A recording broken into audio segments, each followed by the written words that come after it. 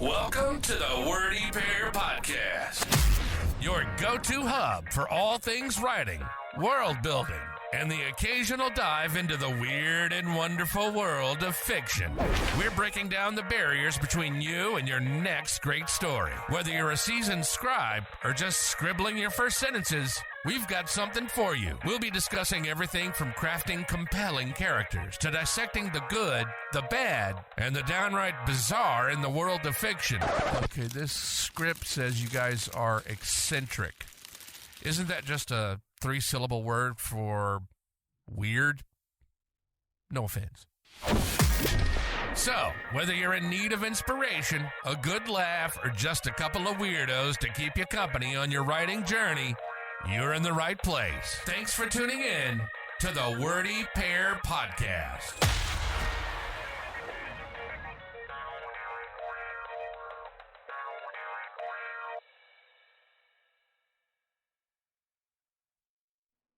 All right, well, welcome to episode 7 of the Wordy Pair Podcast. I'm Rudy. I am Justin. And today we're going to start talking about something that we have a big disagreement on. At least, not like an angry disagreement, but something that we do very differently. Yeah, something... So the topic... Go ahead. Go ahead. You go ahead. So the topic that we're going to start with today is about structuring and outlining your stories, like planning stories, basically, before you write. And I do a lot of this. Yes, you do. And you do less. Much less, yes. Not... Okay, so... We'll get into why that is or isn't true, but for the most part, you do structure and outline. I do not. I take a nap or something. All right, we are off to a good start. Yeah, great start. Now remember, if you edit out that pause, that's going to be even funnier. I mean, I'll probably chop up a little bit here and there. We can talk about this later. No, we can talk about editing right now. Editing's important. Okay, well, I mean, editing an outline? Editing the real thing? We are not even into the first topic, and I have already derailed us. Am I good at this or what? You're pretty good at this. Yeah. The derailing part. No, we can skip the editing. So structuring and outlining. That's Why don't you start telling us something about structuring, if you like, and Sure.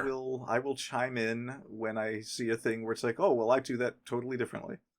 Well, okay, so just to start, I typically will start when I'm thinking about starting a story. I will generally sit down and just kind of brainstorm for a little while, but I'll usually brainstorm on paper. So I'll just kind of put down random ideas that kind of match the motif I'm thinking of.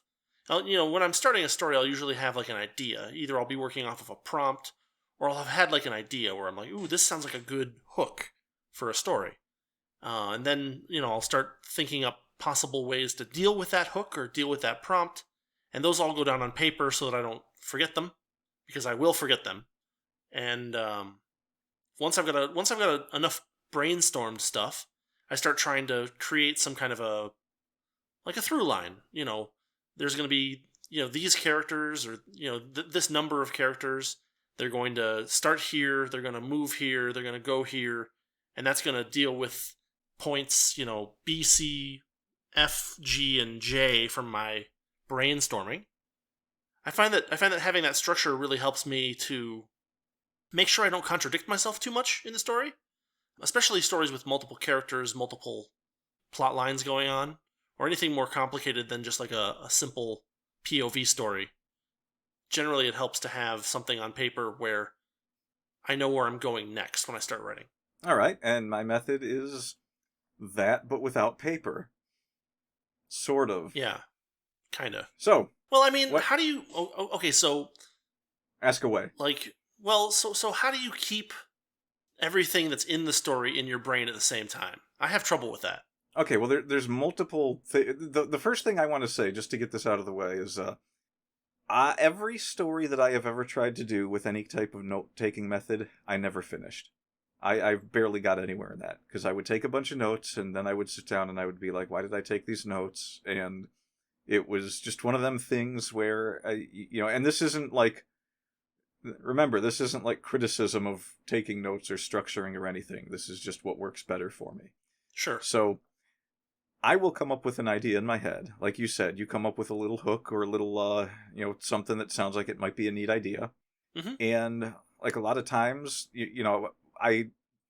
there was this thing I saw.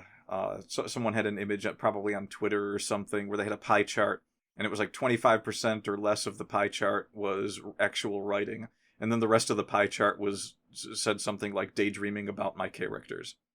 Sure. That is how people that write like I write. There's a lot of going to work and being in the middle of a job where you don't have to be completely focused on it, and so you're daydreaming about what's happening. And in my case, I will come up with what I think is a good scene, and I will pretty much do the old Blockbuster rewind on it about 1,000 times in my head, seeing what I want to keep and what I don't, and what sounds like good ideas. So do you work visually, like from a visual perspective, or? Oh yeah, I will imagine entire scenes playing out, complete with backgrounds and everything that I know that I'm not going to describe in the story. Uh-huh. like I'll have a totally different vision of what's in my head than what actually makes it to paper most of the time. But the important part is I have a story idea that I want to tell, and the keeping track usually comes in the form of I have already played these scenes over and over in my head. I actually don't mind too much if if I have a situation, and I think we talked about this in the last episode, but if I have a situation where I wrote something that contradicts something that I had put in earlier, now I will never outright do that. Like, oh, well, I don't want to change this, so I'm just going to have this contradict this. But there's times where I don't catch it. And if I don't catch it, I look at that as an opportunity to say, okay, now how do I explain this contradiction down the road? So like, it's not, but the story isn't just a set of interconnected scenes. There's where each scene is necessarily something that you want to look at and think about over and over again from a visual perspective. There's connective tissue that gets the characters from scene A to scene B to scene C, and like you can end up with contradictions there too, right? So, for instance, in the book I'm currently writing, the people in the book are traveling between, let's say, 4 different places, and I need to make sure that the time that it takes for them to get between place A and place B is consistent, and that actions that happened, while they were in transit, they don't get to know about because they were in transit. Things like that.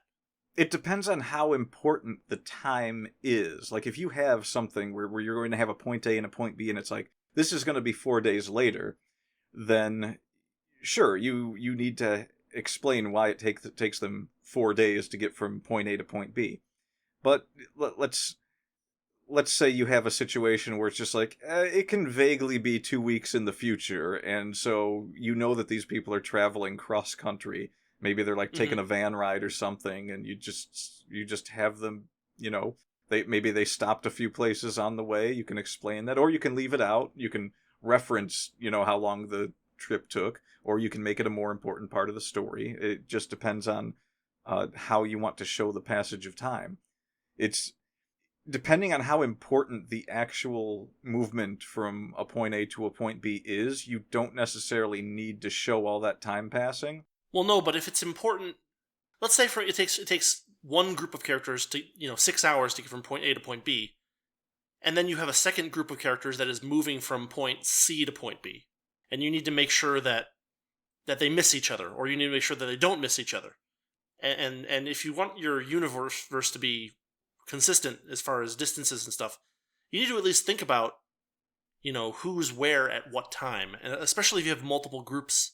I mean, the simplest case is that you have a group of protagonists and you have a group of antagonists, and the antagonists are trying to escape the protagonists.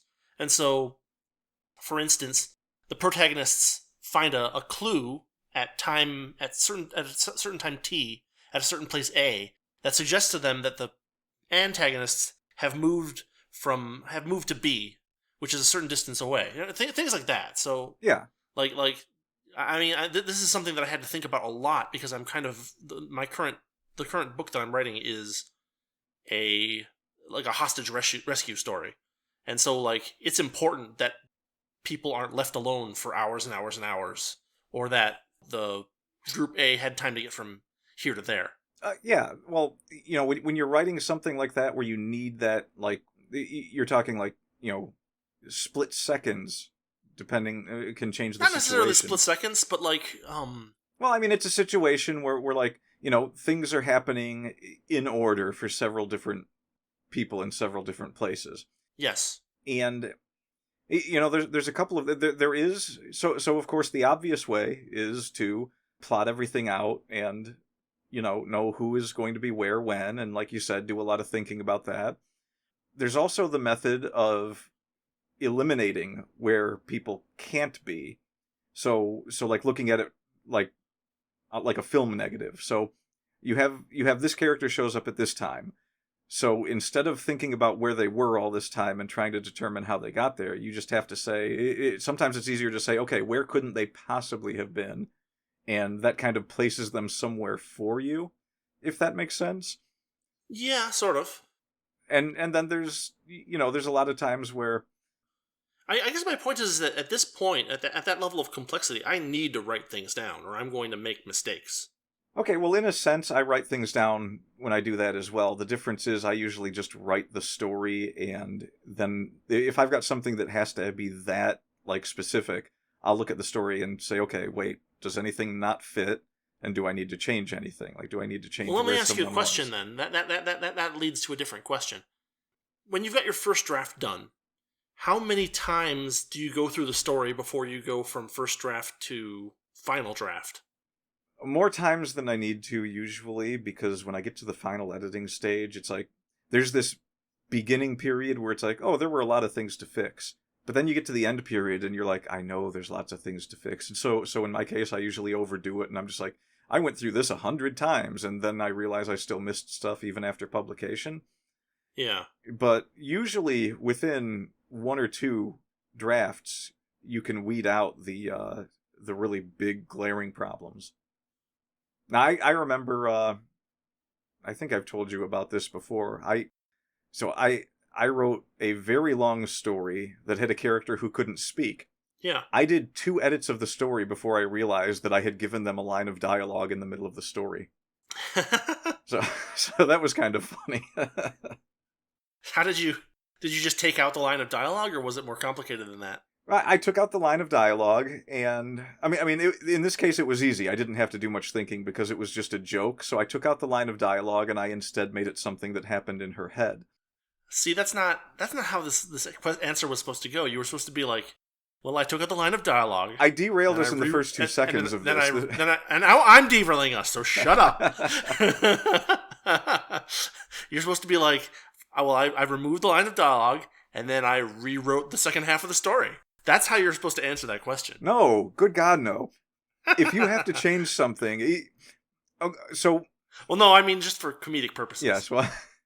Well, yeah, but that's actually a good point, though. If you have one thing in a story that you absolutely have to change, do not rewrite your whole story because of that.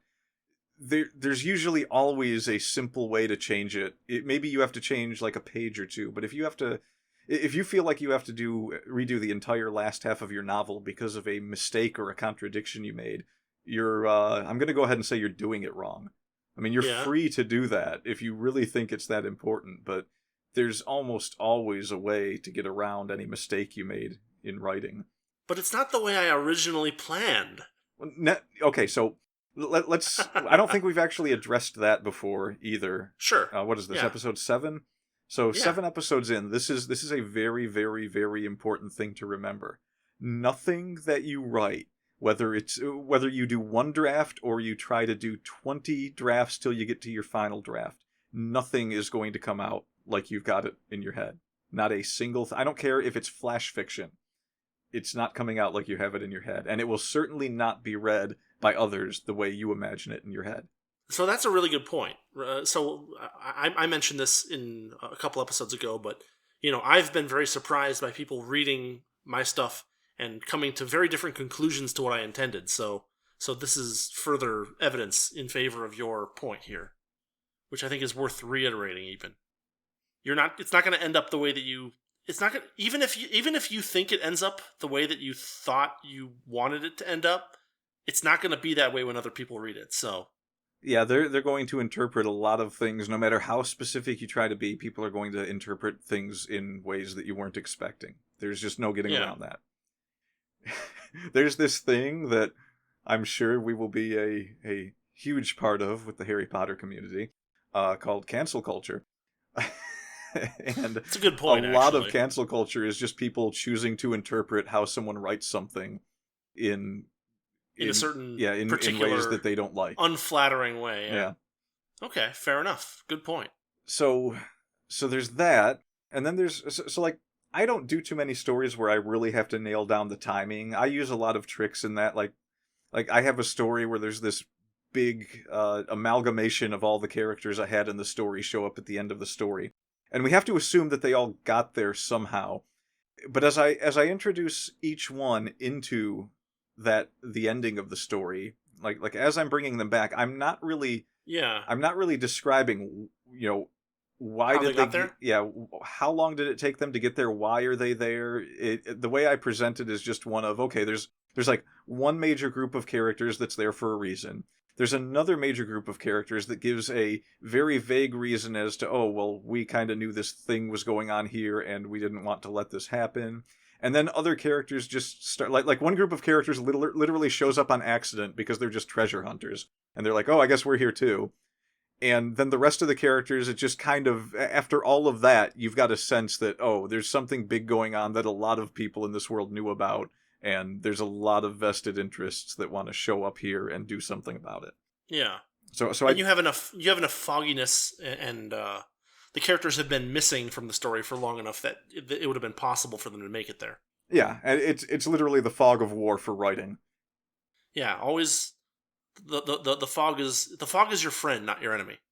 Yeah, but I mean, there are times when you really do have to get things right. Like, I have a couple of short stories. I actually haven't finished the third part yet, but it was supposed to be a 3-part short story. Yeah. And the first 2 parts, I had 3 characters that were roommates. One of them is secretly an artificially intelligent robot that is living as a human, and he thinks that his roommates are normal.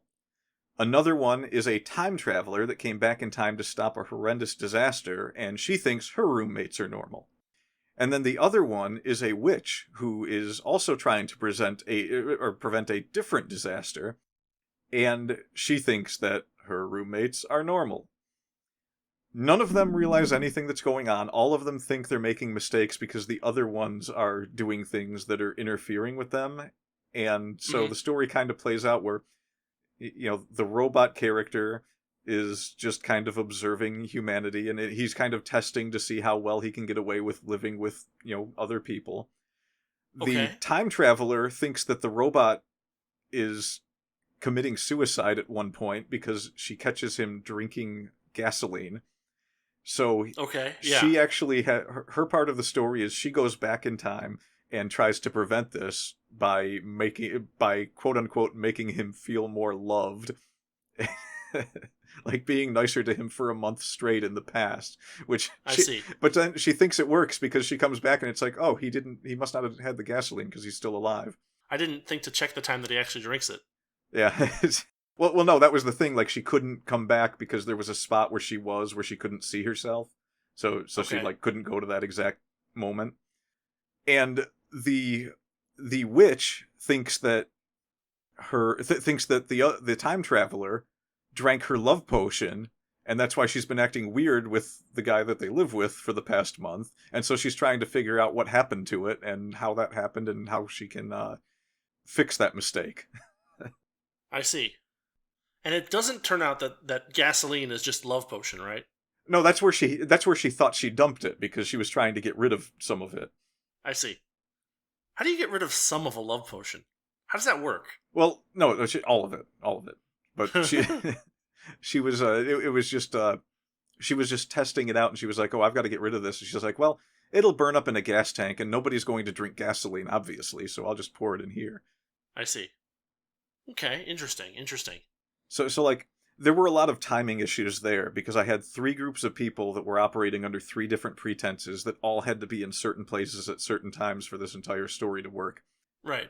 I did realize as I was writing it, there were a lot of tricks you could do with that too, which involved, you know, well, you brought one of them up, like explaining why she couldn't check on whether or not this character would had actually drank the gasoline. Yeah, and it's like, oh well, I mean, she doesn't want to appear in front of herself and confuse things. Like I think she does see herself at one point in the story, but I wrote it a while ago and it was just a one-off thing I did, and I can't remember it perfectly.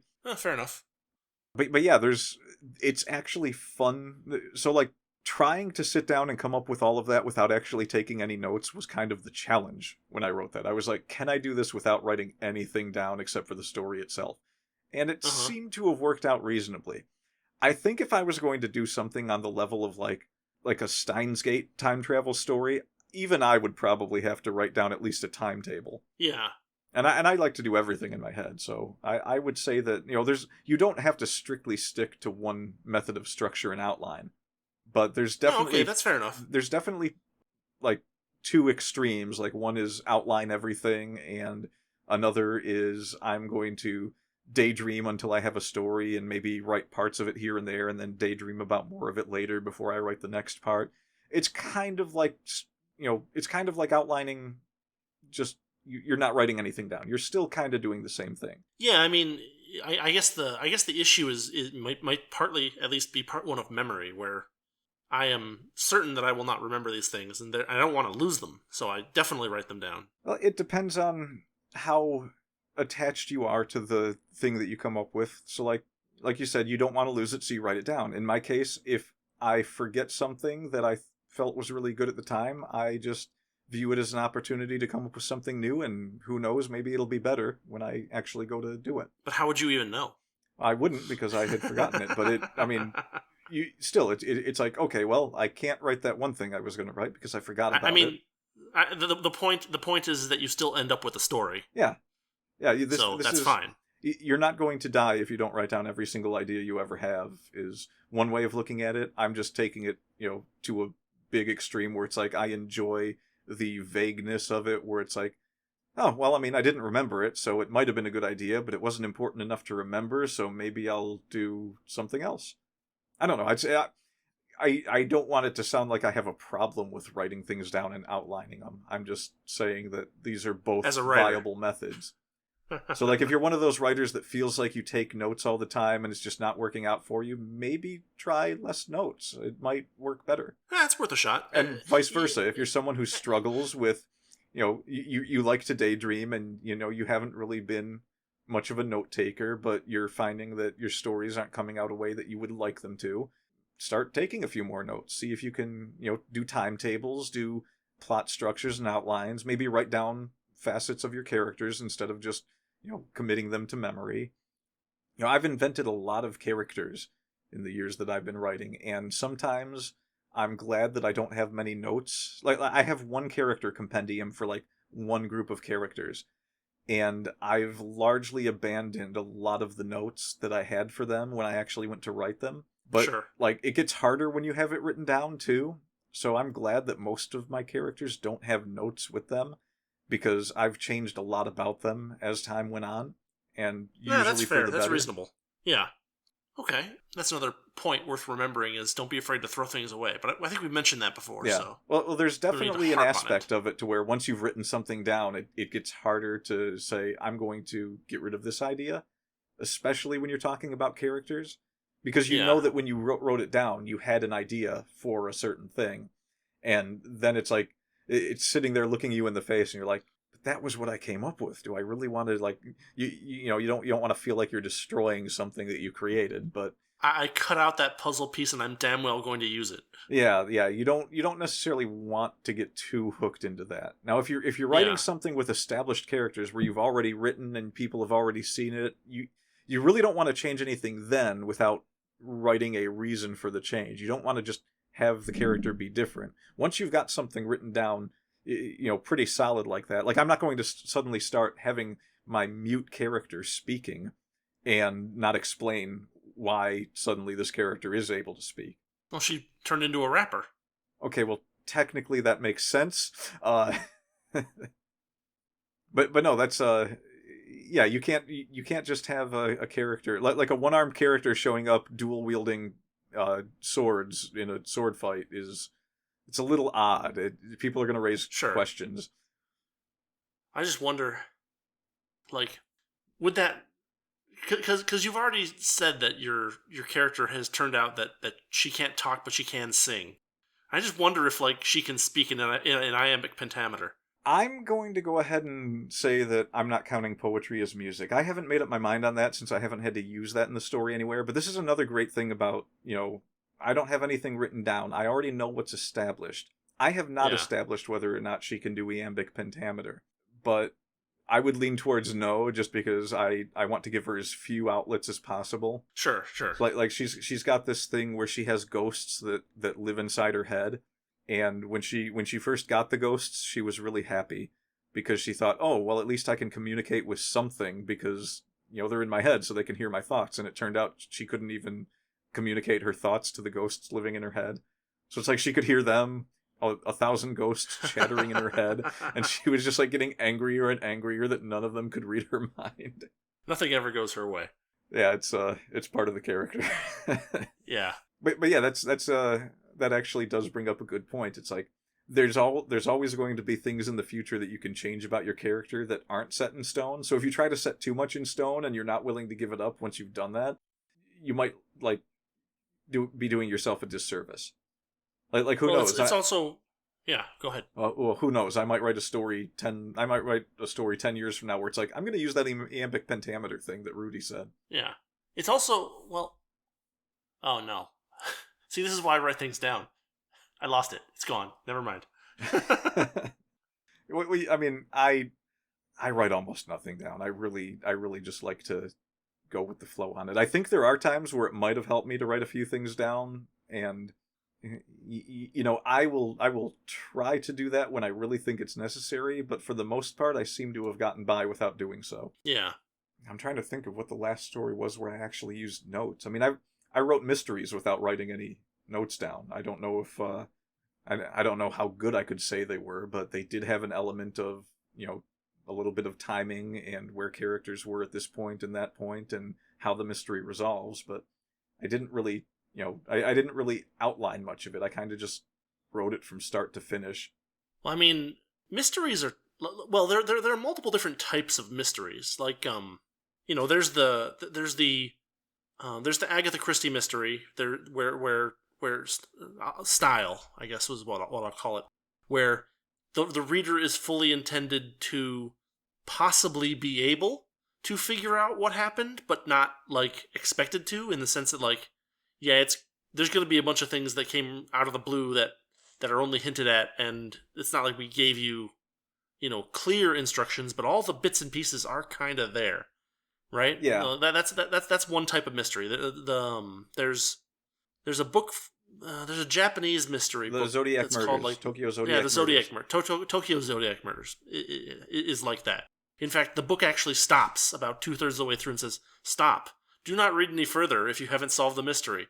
Try and solve the mystery, or don't. Whatever. It's your book." But it actually does that twice in the book. Does it? Yeah, it goes through most of the book, and then the author tells you could actually solve this mystery right now with everything I've given you. Then he goes a little bit further with a big clue, and he goes, okay, now I've given you a really big clue. If you still really want to try and solve this mystery, now's the time to do it, and then the ending happens. Oh, you're right. I forgot about that second one, yeah. It's a fantastic book. Oh, it's a really good book. But then there's also kind of softer mysteries where you're not really given everything that you need to know.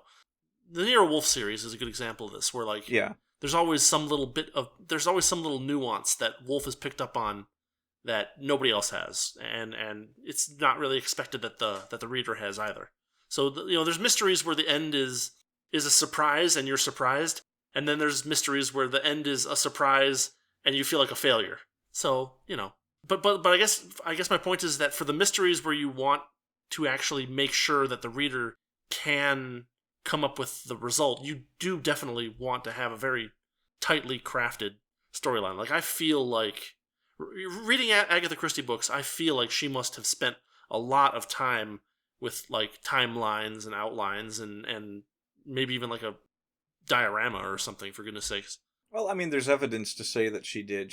There was a contest that she helped design Mm-hmm. a long time ago that it was supposed to be a mystery that people could go to this city. I don't remember what city it was, but this was basically a kind of trying to boost a bit of tourism. People could go to this city, and there was a mystery that Agatha Christie had helped craft and could be solved. And I think it went on for like 3 or 4 years before finally, a few people came close. Like a few people were right there, but nobody got it. And then eventually it was revealed what the answer to the mystery was. But yeah, her mysteries, she does craft them in a way that she did actually mention, when this thing was being created, that they had sat down for some time to come up with this mystery, and they were obviously doing outlines and ideas for what the clues are going to lead to. So that was her writing style, certainly. You can kind of tell because all of her mysteries really, really focus on, here's the clues, here's what's happening, and there's this, in the case of like Hercule Poirot, the detective is, he has a personality and a character to him, and his sticks out more than a lot of the other characters. So like the second character, the second most important character in Agatha Christie's books is usually the mystery itself, which tends to have more character than a lot of the other people involved. Okay, yeah. Whereas the Nero Wolfe, let's go ahead and call that the Arthur Conan Doyle style. That, okay, sure. Like you said, that's, again, with Sherlock Holmes. Sherlock knows what color the dirt is in Devonshire for some reason. Yeah, so he has an insight that nobody else, including the reader, is really going to have by the end of the story. You're not going to solve a Sherlock Holmes mystery unless you look at it from the perspective of, okay, who is Doyle trying to point to as the murderer, which usually he isn't pointing to anyone. Like a lot of times you don't have any idea who this person is until the end of the story. There's a lot of cases where you get a reference to a character that might have been looking in through a window, and you learn nothing about this character until Sherlock Holmes actually finds and confronts the character. Right. Whereas, Agatha Christie is I'm pretty sure she's the one that invented the whole let's gather everyone around and discuss the answer to this mystery genre. Mm-hmm. Mm-hmm. Well, so one thing worth noting is that I believe I've read in there's a biography of Rex Stout, or there's bits and pieces of biography of Rex Stout, where one of them he mentions that he basically just would sit down at a typewriter and just type for 30 days, and he would have a Nero Wolfe novel. So like he was definitely more on the unplanned side. There's an anecdote that I remember where he says that he was sitting at his typewriter and he wrote the phrase, so and so. Oh, I'm your son, and he's like, oh, I didn't even know he had a son. Yeah, that's how I like to write my mysteries. I'm not usually writing something that anyone can really figure out, but I like to write it as though there's all these clues that make you. It's good to write a mystery by making people think about each character. That's the way I like to do it. So like you have all these different characters. Like, I mean, I haven't written many mysteries, but I wrote one where I wanted to do this weird thing where I establish all these rules about monsters. So like, werewolves have a really good sense of hearing and smell. Sure. Mummies are really strong but really slow. Vampires have no scent. And that's like the first clue you get that, oh wait, okay, so there's mysteries that can be committed. There's crimes that can be committed by vampires that a werewolf wouldn't be able to detect. And there's there's like locked room mysteries you can create with a lot of the different characters. Like a werewolf would be able to smell something if someone had passed by, and unless they were a vampire, and so it couldn't have been this person moving through this room, that kind of thing. Mm-hmm, mm-hmm. I had the homunculus, which they're creatures that can't lie, so everything they say can be taken as truth in the story. But ooh, that's a good idea. They can also be it was great because the rule for them is they can't lie, but they can be convinced that things are true. So they could be telling someone something that isn't necessarily true, but they believe it. Okay, fair enough, yeah. And it was Okay, just I like a that. short little mystery that, I wanted to mess around with those rules, but I wrote it in the vein of the detective will know something that you won't. And I specifically point this out because the detective is not a character that's like, she's a good detective, but she's not like the best detective. She just has a magical eye that lets her look at anything that contains blood. She can kind of play rewind with and see what happened to make the blood get where it was. Was the story just called Happigo, Bloodeye, or did it have a different title? It was called Happigo, Bloodeye. Okay. I did write 2 sequels that I never published, but they had different sets of rules because I was doing different mysteries with them. Sure, that makes sense. The first one just established what could and couldn't happen. For this particular group of characters. Yeah. It's the wonderful comedy mystery genre. The puzzle murder genre. Well, it's worse than that because it was also heavily inspired by things like Lovecraft. So the detective character actually goes a little insane when she uses her Bloodeye to look at blood, and she doesn't keep any mirrors in her house because she has red hair, and her entire family lineage is set off by the color red. They can't stand it. I see. So she's like the Green Lantern, but with red instead of yellow. Kind of. It's like, it's not like intolerable, it's just that she doesn't like being around red. And of course I made the story take place in a vampire's mansion where she liked to decorate everything in red because I love torturing my characters. That's where the Lovecraft part comes in. But yeah, it's just, I guess if you want to be a single technique mystery writer, find what you like to write. Like if you like doing mysteries in Agatha Christie style, you can write 70, 80 novels in that style if you want, and you'll probably do pretty well if you get a good fan base to read them. I have always leaned more towards trying new things every time, but I mean, you can just look around and be like, yeah, that worked really well for Agatha Christie. Mm-hmm. And I mean, it worked well for Rex Stout. It worked well for, well, it didn't work well for Conan Doyle because according to everything I've read, he didn't really like writing Sherlock Holmes. But I think the same was true for Maurice LeBlanc. I think he didn't actually like writing Arsène Lupin. Oh, really? I've never heard this before. I found it referenced one time, and I haven't really found anything to support it, but apparently he felt the same way, that he'd gotten stuck writing this one character because people loved the character so much. Oh, I see. He got pigeonholed. He didn't like it. But I mean, that's a valid complaint with Holmes, but with Lupin, it's not really, because Lupin can take on so many faces. Well, I think that's why he had so many different types of stories with Arsène Lupin. I mean, each book that he wrote kind of felt like a little bit different each time. He wrote The Extraordinary Adventures of Arsène Lupin, Gentleman Burglar. And that had a collection of, I believe, 8 stories in it. Mm-hmm, mm-hmm. And the first one is actually Arsène Lupin getting arrested. So they're on this steamer that is traveling to America. You know what? It's funny that you mentioned this because I just read a really beautiful illustrated version of this book that I managed to find at the local public library. So yeah, go on, but like. Oh no, that's interesting because I actually want to read that. I would love to see that. It's beautiful. Like it has probably more than one illustration per page on average. Something like that. That's a lot of illustration. It's very, like, there are some full page illustrations where there's no text and it's just the illustration. But yeah, I was walking around in the library and there was a book on its, like, you know how books usually sit so that the spine faces outward? Yeah. Well, this one wasn't. This one was sitting so that the spine faced upward. And so I saw it and I was like, huh, that's curious. And I turned it. I'm like, wait, LeBlanc? Maurice LeBlanc? Lupin? Oh, this is a Lupin book. Okay, I'm taking this. Yeah, I gotta find out what publication that is. I gotta check that out. I can look it up for you. I think it might still be in my library history. Let's just talk about us looking at books in libraries for the next half hour. Ooh, I love it. It's beautiful, isn't it? I like that you use the same technique as me. It's like, ooh, this book is turned a different way. I should look at this.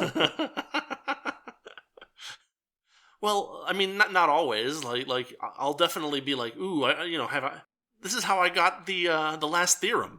I was like, oh, I haven't read any Arthur Clarke in a while. I wonder if they have any books by Arthur Clarke here. Womp womp.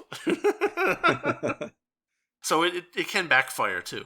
But like, no, I mean like there's a certain joy in walking into a room full of books and just walking down the aisles and looking at all the different choices and seeing if anything jumps out at you. Yeah, I mean, there's a lot of things that are printed exactly the same these days, so I know that when I go into a bookstore that, many of these books are being run off the same presses at the same sizes and with the same color saturations in their covers, and so it can be kind of bland going, looking at the bookshelves these days. Well, that's the thing that the library has over a bookstore, Yeah. is that the library contains books from...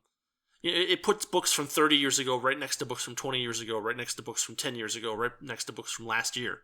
And so like you don't get that as much of that sense of sameness.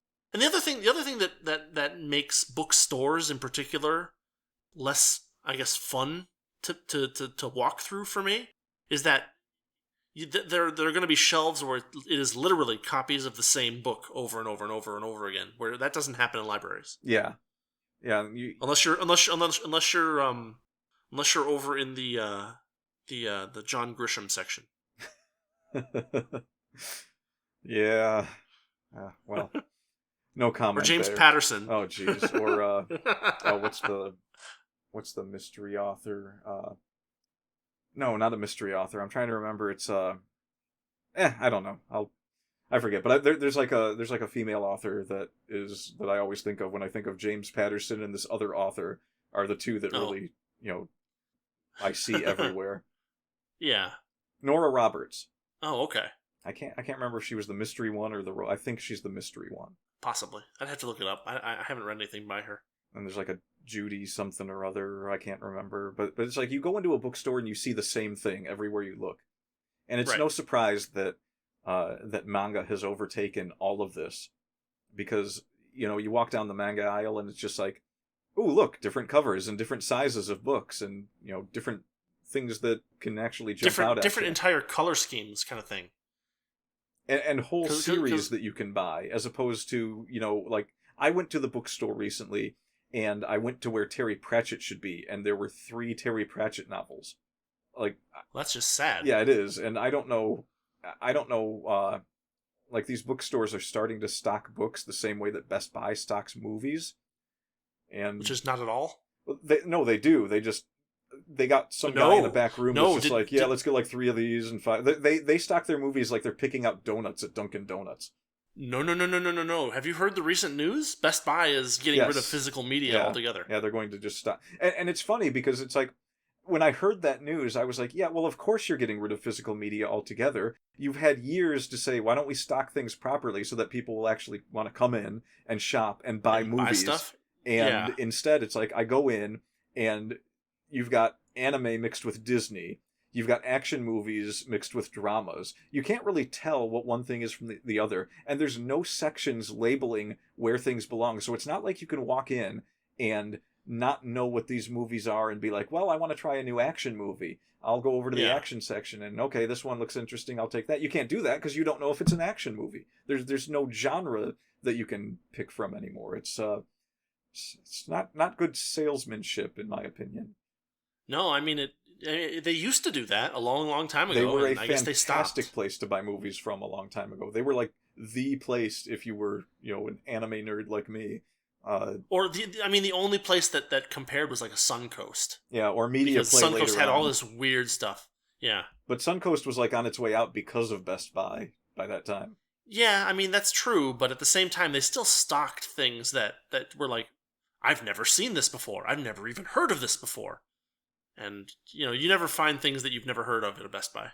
I mean, at the very least, we're living in a digital age. If they're going to do this whole thing where they have, like, download your movies to your computer or your TV, you would think that, someone somewhere would have worked out, let's do a ticket system where here's this, you can have one shelf with all these different genres set out, and you just have, like, a slip of paper representing the movie that you want to buy, and so you can just flip through the slips of paper and be like, this movie looks good, I'll take this ticket, go and buy your digital code, and go home and download a movie. But instead, we just sit at our computers and download the movies and lose out on the shopping experience entirely because it's just not convenient to go to a store and actually look at a physical product now. Well, yeah, I mean, it used to be that. Yeah, I don't know. I'm old. I'm old and you're old, and it used to be that like you would go to like a game store or a movie store or a bookstore, and there might even be people to talk to.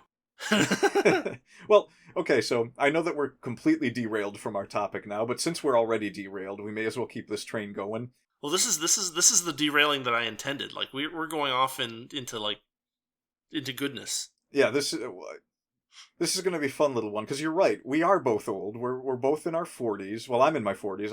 I don't remember how old. Yeah, I'm in my 40s. Okay, yeah, so we're both in our 40s, and there was a time where, even if you had a computer, you were using it to do homework. You weren't using it to shop for videos online. Right. I mean, we're so old that there was no online. Or if you, I mean, even if you were shopping online for like movies, you would see a picture of the DVD case cover. Yes, and not only that, but you would. There was, believe it or not, in the early days, it was harder to shop for movies online than it was to go to a store. Yeah, I mean, there was a lot of problems that were kind of like inherent with the style that websites had back in like Web 1.0, like really old stuff, like not even like the semi old stuff, but the really old stuff where like they just didn't know how to put things on the screen and arrange them so that you could like understand what was going on. Yeah, the underlying structure of the internet couldn't support like a full-fledged DVD store at that time. You could find stores where people would have the names of DVDs that you could go through and then order them. Yeah. And occasionally there would be like a popular one might have a picture next to it. Mm-hmm. But bandwidth was harder to come by at the time, so you wouldn't want to be flipping through a bunch of even really small images because you would be sitting there for an hour trying to scroll the page. Yeah. But yeah, the thing about it is, sure, we're in our 40s, but we were there before the internet. We were there as all this infrastructure was built up, and the way things looked like they were going at the time, like we knew 20 years ago that even earlier than that, we knew in like 1998 at least that people were going to be downloading movies to their computers at some point. We knew all of that was going to happen. And I think, streaming was a thing that kind of started earlier than, Netflix started as a DVD rental place. It was like a mail-in DVD rental where you would just request a DVD, you would pay a fee, they would send it to you, and you would watch it and then send it back, and that was that. You would get another one. Yeah, you pick out another one. And then, like, Crunchyroll, the anime streaming service, that's actually started as a pirate website that was streaming Naruto illegally, and somehow, ended up being able to turn that into a legit business. Yeah. So like, all of this stuff... some magic. Yeah, all of this stuff kind of had its roots in people figuring out that they could share movies online.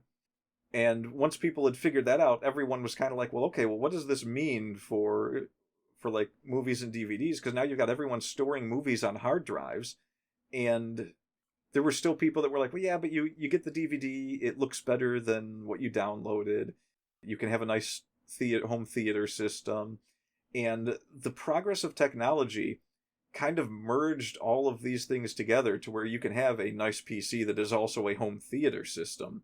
Yeah. And all of these companies that want to sell you movies now, they're like, well, okay, well, let's find ways to make as much money off of getting people their movies as we used to with hard copy DVDs and Blu-rays. So now they're actively pushing out the Blu-rays and DVDs to get you to sit in front of the computer and watch things that inexplicably, and this is where I think a lot of things went wrong, you can't store on your hard drive. Yeah. That's a big problem, because if you don't have a hard copy, it can get removed or edited at any time. And well, I mean, companies are doing this now for weird stuff. They're being overprotective of everything because they envision a future where they're always going to be able to sell you Skyrim again. Whereas most people with any sense are envisioning a future where it's like, oh, half the games that exist on the let me take that back. Every game that exists on the Xbox Series S will not be available to future generations. Right. There's going to be no way to archive a lot of things that are currently coming out, and it's probably going to be a net negative for video games as a whole, because a lot of people get their start from either older things or like you can't look back on what was made and be inspired by it to make something similar, or to make or to see how something was done and say, okay, well, how can I do my version of this? If it doesn't exist, you're basically leaving everyone stranded at the age before this recent console generation. Yeah, or even, I mean, man, it's just Because there was so much lost media when media had hard copies. I wonder what's going to happen to lost media when there are no hard copies. Yeah, I think it's going to be a lot of stuff. Just like people are going to be like, "Hey, you remember that?" And there's going to be a huge Mandela effect where a lot of people are going to be like, "No, no, that never happened." the entire future of the human race is us gaslighting each other. Imagine a boot gaslighting a human face forever. But I mean, you're right. We're older, so our experience growing up was going to stores and seeing things. I just feel like there's a lot to be said for getting up out of a chair to do something every once in a while. Yeah. Because I look at how many things. I mean, yeah, absolutely. Walking around and there's something there, right? Like we just talked about how we love walking through libraries. I don't think that experience or that tendency is unique to us too. So there must be a market for a place where you can walk around and look at things and like choose what you're going to buy or choose what you're going to watch by doing that, as opposed to just sitting in front of your computer by yourself and saying, I'm going to rent this and then watch it, and then in 48 hours it's gone. Yeah, and consider how many people, especially younger people these days, talk about how bored they are all the time. They have a magic box in front of them. And this is if they're using a computer. I mean, they've got a magic box in their pocket. but let's just go with computers so we can get the image of you sitting at a computer. You've got this magic box where you can download movies, you can do all your shopping, you can order groceries, you can order food, you can order delivery, you can order furniture for a house. There is almost no reason to get up out of a chair and go do something. And you've got all these distractions, all these fun things that you could potentially do. And at some point, I think the human brain just overloads to where it's just like, sitting in this chair is boring. That's why I'm bored. Especially if you're a writer. If you get to the point where you're kind of stagnating in your writing, you've got you've got some of the old writer's block or whatever you want to call it. Don't sit at the computer screen staring blankly. Get up and go do something. Yeah, absolutely. Take a walk and daydream. Or go and get a coffee and daydream. Get yourself fat on some McDonald's and daydream. Even just walking around in a circle in a different part of the house helps me sometimes. Because I'll be like, I have a problem. I need to figure this problem out. And like sitting at the screen and staring at it encourages me to just stare. You know what I mean? Like you're looking at it and you feel like you're thinking about it, but really you're just staring. But if I actually get up and put the problem in my head and start like moving around or walking around or something like that, now I actually have to address the problem, because otherwise I will walk forever. Yeah, and there's more to it than that too, because this is one of those things where, okay, so picture this. Picture you're sitting at your computer. You're kind of like not really getting into the flow of things. Maybe you need a new idea, or maybe you just need a break from it. There's a difference between standing up and walking around, which is not bad. Like you said, it gives you something else to do for a minute to get your focus. Yeah. So I live close to the Detroit River. I can get up in my car, drive down to the river, sit on the bench for a while, and maybe drink a coffee or something. And when you're sitting there, as a writer, think of things that are actually happening around you. Like, you're actually feeling the wind on your face outside. Think about how many times you have failed to describe just simple things like the wind in someone's face. And then start looking around and be like, well, what else can I actually put in a story that'll give it more flavor? Or maybe even just sitting there like you're watching the river, watching the boats go by. That alone is enough to give you an idea for a story to write sometimes. Sure. I mean, everyone thinks that... I was gonna make a joke about the Detroit River being something you could walk across, but yeah. Ankh-Morpork had to have been based on something, and the Ankh River, I'm pretty sure... I can't prove this, and it's probably not true, but I'm just going to pretend that Terry Pratchett meant the Detroit River when he said the Ankh River. Makes sense. But yeah, so yeah, you can get new inspiration by changing your scene, basically. and not just that, but like you realize when you get out and do things that there's more going on when someone is out and moving around than just this character is walking down the road. You know, you get the feel of the cement or the grass underfoot. You get the different layers of weather in the sky. Like, is it rainy? Is it foggy? You know, you get different building types that you see that could give you ideas for describing something. Sure. You get to see the fascinating people that we have to share the world with. And it doesn't take much. I do not really get out that much, but it's good to get out.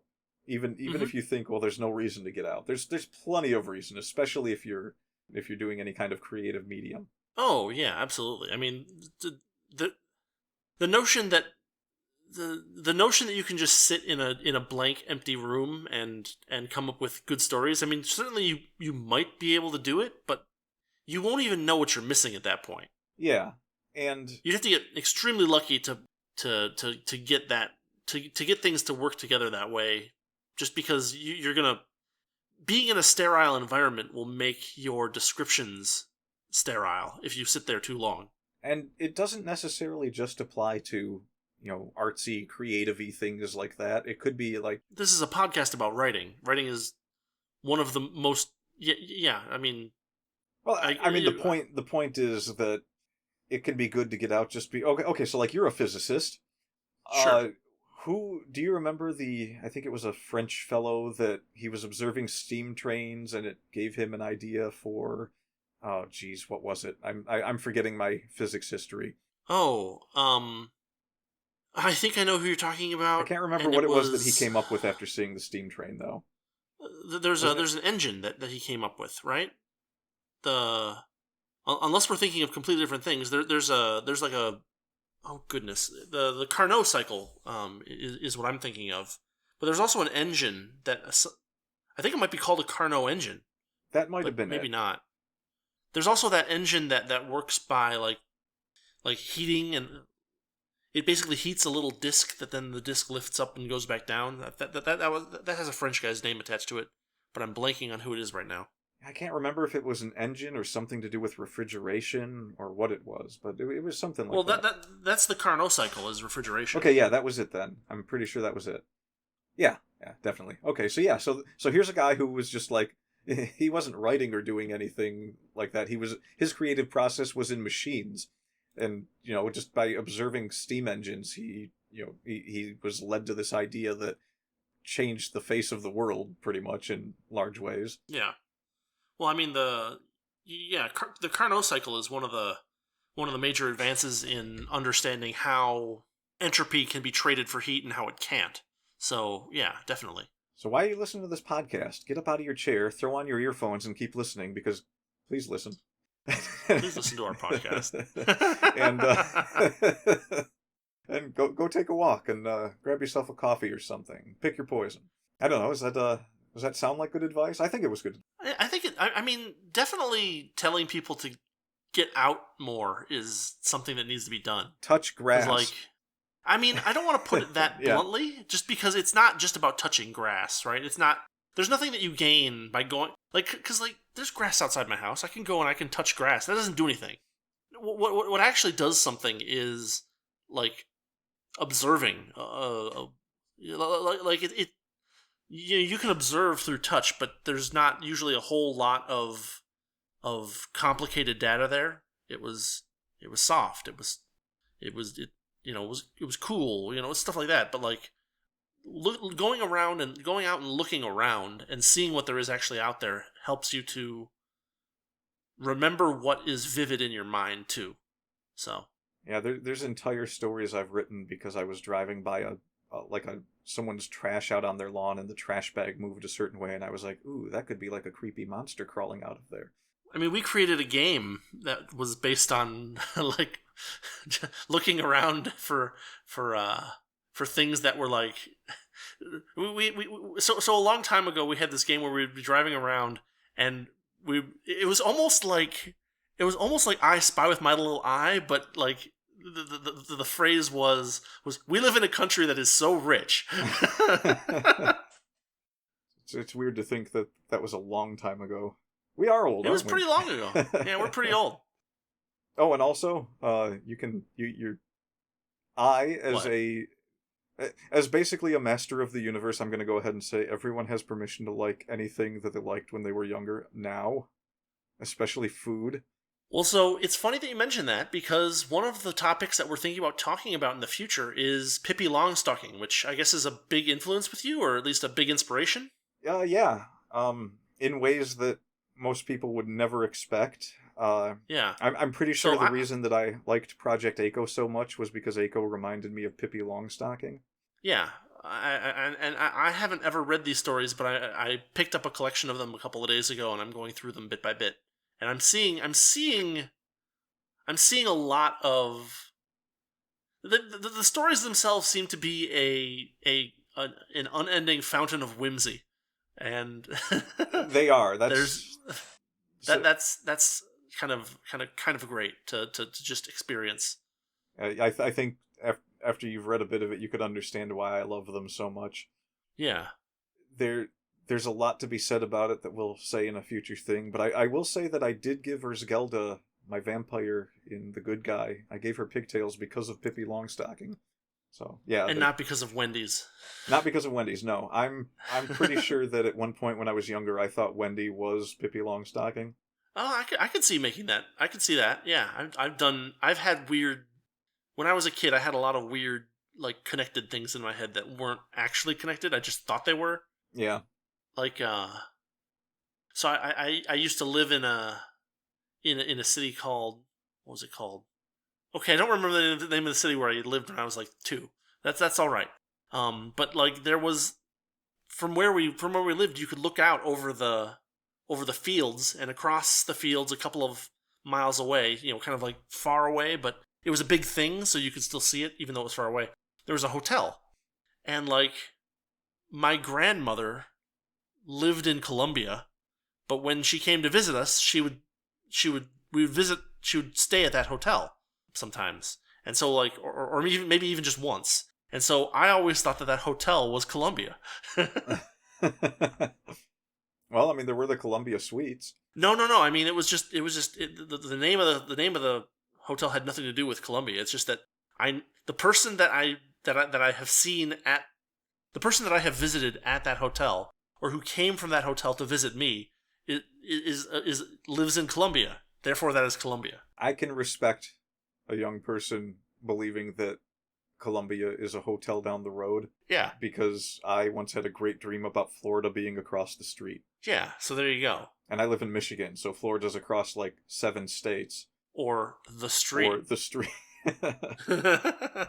Yeah, we'll save the Pippi talk for... No, we probably will do like a whole episode just focusing on Pippi Longstocking, but it'll have to wait until after I've read a little bit more of it, because... Yeah, we should probably watch... I couldn't talk about it intelligently at this point. We should watch one of the movies as well. Oh, that's a good idea. Well, I think there was one movie. We should watch the movie, maybe a little bit of the TV show, but the movie is really...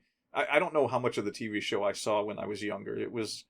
Its popularity diminished pretty rapidly by the time I was like 10, I think.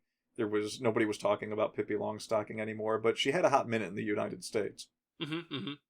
Yeah, well, you'll have to send me a link or something like that so I can make sure I'm finding the right thing and not some like bootleg. It's going to look pretty bootleg. It's a Swedish movie. Oh, like the movie or the TV? I thought there was an animated show. The animated show was Canadian. It was okay. It was an okay show. It was kind of, I mean, obviously it was made for younger people, so it's not going to be super appealing to anyone our age. But it's Pippi Longstocking doing. No, it's not something that I would watch now, except for the purposes of research. But that's fine. I watched a couple. It's kind of like a thin Pippi Longstocking, so there's not much content to the cartoon. So yeah, so this is something you can all look forward to. Everyone listening to this podcast, you can look forward to listening to 2 old men talk about Pippi Longstocking for an hour. Oh, I am gonna fangirl out. I'm actually listening to the book in Swedish right now. I'm listening to an audiobook of one of the Pippi Longstrumpf, the original name, and right. I don't speak a word of Swedish, but this is how much I love Pippi Longstocking. I will just sit there and listen to jargon in my ear that I will never understand. You mean gibberish, not jargon. Yes, gibberish. Technically, it's jargon because it's words that actually mean something, but I have no idea what. Well, jargon has a technical connotation to it. There are words that you don't understand. Yeah. I started learning Swedish because I did this too. That's going to be some very strange Swedish that you learned. Yeah. Hey, do you know how they say hello in Swedish? I do not. Hey. Well, that's convenient. Yeah, it really is. I just read that tack is thanks. Yes. Tack is thanks. God morgon is good morning. It sounds like they're saying Okay. good moron. Good moron. Well, you know, if you were doing it in Swedish, you would say good moron, wouldn't you? Well, we've been canceled by the Swedish. All right, we did it. Yeah, right. We were wondering before we started who was going to cancel us this time, and our good cousins across the sea, I guess. Wait, that's Yes. Europe. Wait, no, they're in Europe. Wait, that's Britain. Is Britain the one that we call cousins across the sea? I'm just calling all of Europe our cousins across the sea. That'll work. I mean, you could say the cousins across the lake because there's a lot of Swedish people, I think, in Minnesota. Yeah, that Minnesota's not across the lake. That's Wisconsin. But it is across the lake. It's just across the lake and a little further. It's across the lake and a patch of land that I'm not going to acknowledge. So yeah. Wisconsin has delicious cheese. You should always acknowledge Wisconsin. Yeah, no, Michigan has delicious cheese that we just take from Wisconsin and consume here. So you can pretend that Wisconsin's important all you want. And we've been canceled by all of Wisconsin. We're swinging for the whole Midwest by the end of the next episode. Oh no, Michigan's fine. I'm cool with Michigan. Indiana, we got our eye on you. We're coming. We're coming for you. Don't you live in New Ohio? Mexico? Yes, I do. Oh, I'm going to be canceled by places that are 1,000 miles away, and I'm all right with that. Yeah, it's fine. The only thing important in Sweden is Pippi Longstocking, and she's not real. There's probably some other things that are important in Sweden. I hear they've got some good food. They have great. No. That's the aren't they the fermented fish people? No. They've got good food that they import from other places. Well, that's not their food. But they have it.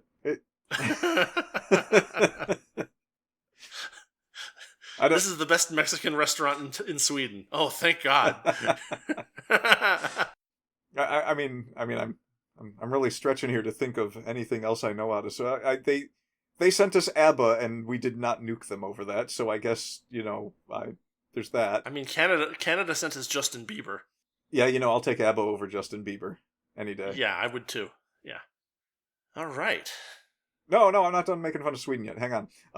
No, I'm just reloading. I'm cutting all of this out of the podcast, Justin.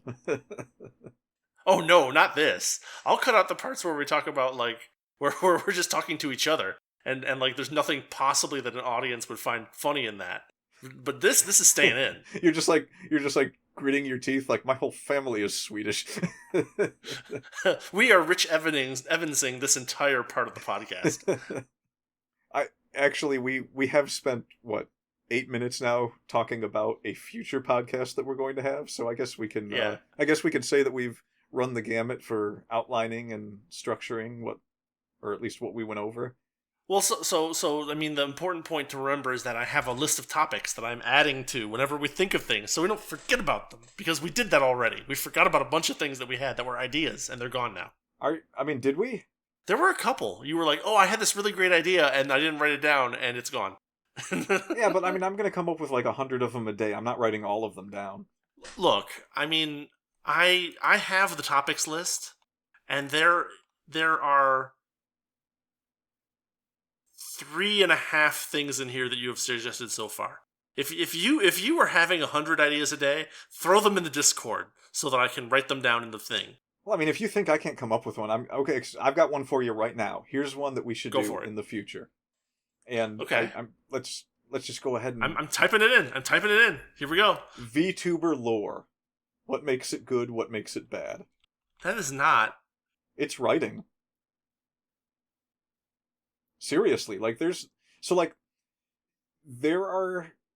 Okay, this is gonna be another semi-debate, because most VTuber lore is generated by the Watchers. That is one of the things that is worth discussing, though. Like how things grow organically versus grow out of control. Yeah, grow out of control organically. No, but seriously, it can be a good exercise to see how a VTuber, if you go back and watch the history of some VTubers and see how they grew from, how they started to what they ended up becoming. Yeah. And there's also, I found out recently, there's actually a market for people who want their VTuber lore written for them. So it's not like this has nothing to do with writing. I'm actually thinking in terms of, there's like, okay. What are future careers that writers might have if... I'm skeptical, but I'm interested. You've got me interested. And hopefully the audience, the 3 people left who we haven't, ostracized by... Oh, don't worry. We are going to... Speaking poorly of their... We're going to get canceled by VTuber communities all over next time. Well, so that's all right. They don't have any real power. No, they don't. But like... so like when I sat down to do some VTubing, I basically decided to do it in the space of 1 week. And... I just came up with like a really thin lore that I never even bothered saying anything about when I started doing it. And then I was like, well, wait, I write books, so why don't I just write a book about the lore and just give that away to people? And on top of that, it was like, wait a minute. I've seen a lot of really thin lore that characters have. I've also seen some people that like start with these really incredible backstories where they put a lot of time and thought into it, but then it just doesn't matter because they're playing Minecraft and the lore only comes up occasionally. Like, very few of them actually have the lore appear constantly when they're streaming. But, like, I don't know. I don't know how viable VTubing is for people in the future. Like, you said at one point it was probably a fad. It seems like I'm watching people in the community drop off day after day. Like it's kind of become a meme now where people are just like, how many VTubers quit today? There were... Yeah, I mean, there's a lot of movement, a lot of churn, I guess is the way to put it. Yeah. I follow a bunch of indie ones, and like I woke up this morning and 3 people announced that they were quote-unquote graduating, which is VTuber talk for quitting. Or being fired, but not being fired for doing anything bad enough that you really have to be fired right now. Yeah. But, like, people are using it interchangeably for, like, well, I'm done VTubing, so I'm going to say I've graduated now. It's just become the term. Yeah, to what? To... And that's one of those things. To regular human. That's one of those things that organically grew out of this. The term graduating is finding some... Well, that has a long and storied history in Japanese pop culture, so I did not know that. You didn't? No, I didn't. I thought that all came out of VTubing and... people No. That is a long-term thing in idol culture in Japan. Okay, I can see that. Yeah, I didn't know that. Because they have like AKB48, right? And it's 48 people. And so, like, every year, some number of those 48 people are, leave, and some other group of people to replace them so that they remain a group of 48 come in. And so those people who leave AKB48 have graduated because they usually get jobs elsewhere in the entertainment industry because they're they get solo careers basically. So it's part of the horrible churn that is the Japanese idol industry. Well, I mean I can totally see it now that you've pointed that out, but I never would have thought that things like Morning Musume were the origin of the graduation term. That makes sense though. Oh yeah. Yeah, it totally is where it came from. So it's just like an idol culture thing in Japan that it all started from. Yeah, I mean the original VTubers were all supposed to be like virtual idols, basically. Yeah. What's her name? I forgot. Kizuna Ai. Kizuna Ai, yeah. She was kind of like the first one that got pretty significantly sized, and she did idol stuff. She sang songs, and she played video games, and she did idol things, and then Hololive came up, and those people were all... I mean, they were all advertised as idols, and then it became a running joke that they were not idols, but that they were idols was the joke. And then they all sort of became idols, and then all the indie people started referring to themselves as VTuber idols, and it's just a thing now. Yeah, it's just a thing that people do. Except for Miku. Miku will never retire because she's not real and doesn't have a soul. Well, duh. I mean... She'll outlive us all. Well, she's an idea. She's an idea you could put a face to, and probably several hentai. Did I say hentai? I meant manga. No, but all I know is that she's behind some of the, some of the really cool rhythm games that have come out in the last decade or so have featured Miku and her Vocaloid ilk. And in case it hasn't come across to anyone listening yet, huge anime nerds. Yeah, pretty much. And that's how you outline a story. Good day. Good day. So question for you.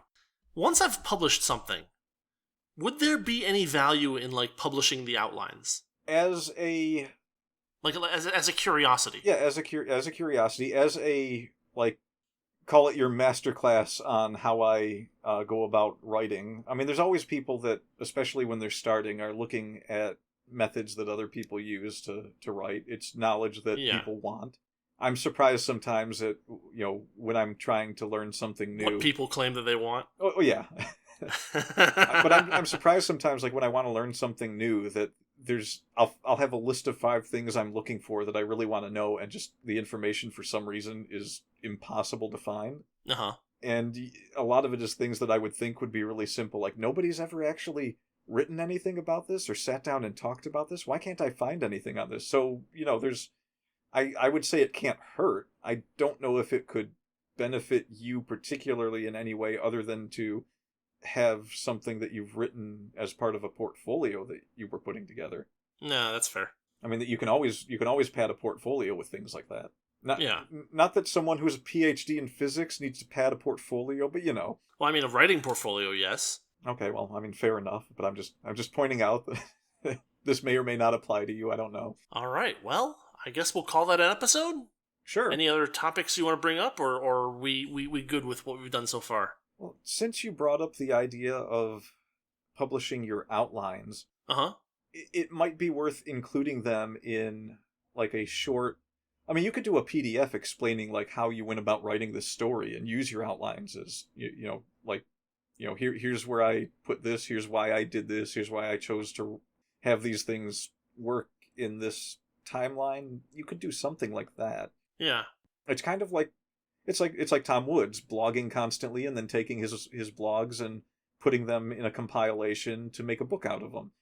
As a writer, if you're looking for easy content, just keep everything that you're doing, maybe start a blog and just do a paragraph or 2 a day, and over the course of a year you might have enough content to fill a book or 2, just with random things that you wrote, that if you look at it, you can sit back and look at it and be like, can I connect all of these things and make them into something that I can publish as just one more book under my belt. Well, so have you seen any of the science posts on my writing blog?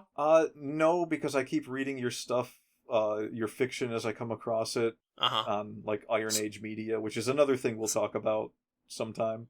Sure, but so I've been doing occasional blog posts where there was something in my story that I wanted to get right from a physical perspective, and I wrote a post saying, here's what I want to do, here's why I want to get it right, here's the calculations that you need to get it right, here's the way I did these calculations, and that kind of stuff. So those have been fun. Yeah, so there's definitely an aspect of taking what you know and using that for writing, because if I wanted to do something like that, I would have to hire a consultant, obviously, because I do not know physics.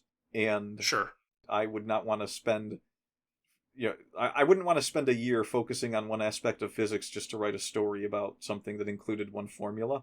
But that's a thing when you're outlining, or if you're outlining, do what Rudy did. Sit back and say, okay, I want all these things to work, and I have knowledge of the specific thing, and just do some side notes for your outline, which is also a legitimate thing that you can do. Weird as it might sound. Sure. It's all part of the brainstorming process. All right. I think that's good. Let's call it an episode. Thanks for listening, everybody, and we'll see you next week with another random topic from our list of random topics. Which we will interrupt by talking about shopping at McDonald's. Best Buy. Wait, did I say shopping at McDonald's? You did. I brought up McDonald's twice. I must be hungry. You were probably hungry. But that's all right. Are they? They're not open 24 hours anymore, are they? No, they're not. And that's a good thing. But you know what is? I don't want to. You know what is open 24 hours? The website where you can download these podcasts. Whatever that is. Well, I'm compiling a list and gonna plan to upload to a bunch of different places. You need to leave this anyway. so that people know 7 episodes in we haven't actually figured out where to host it yet.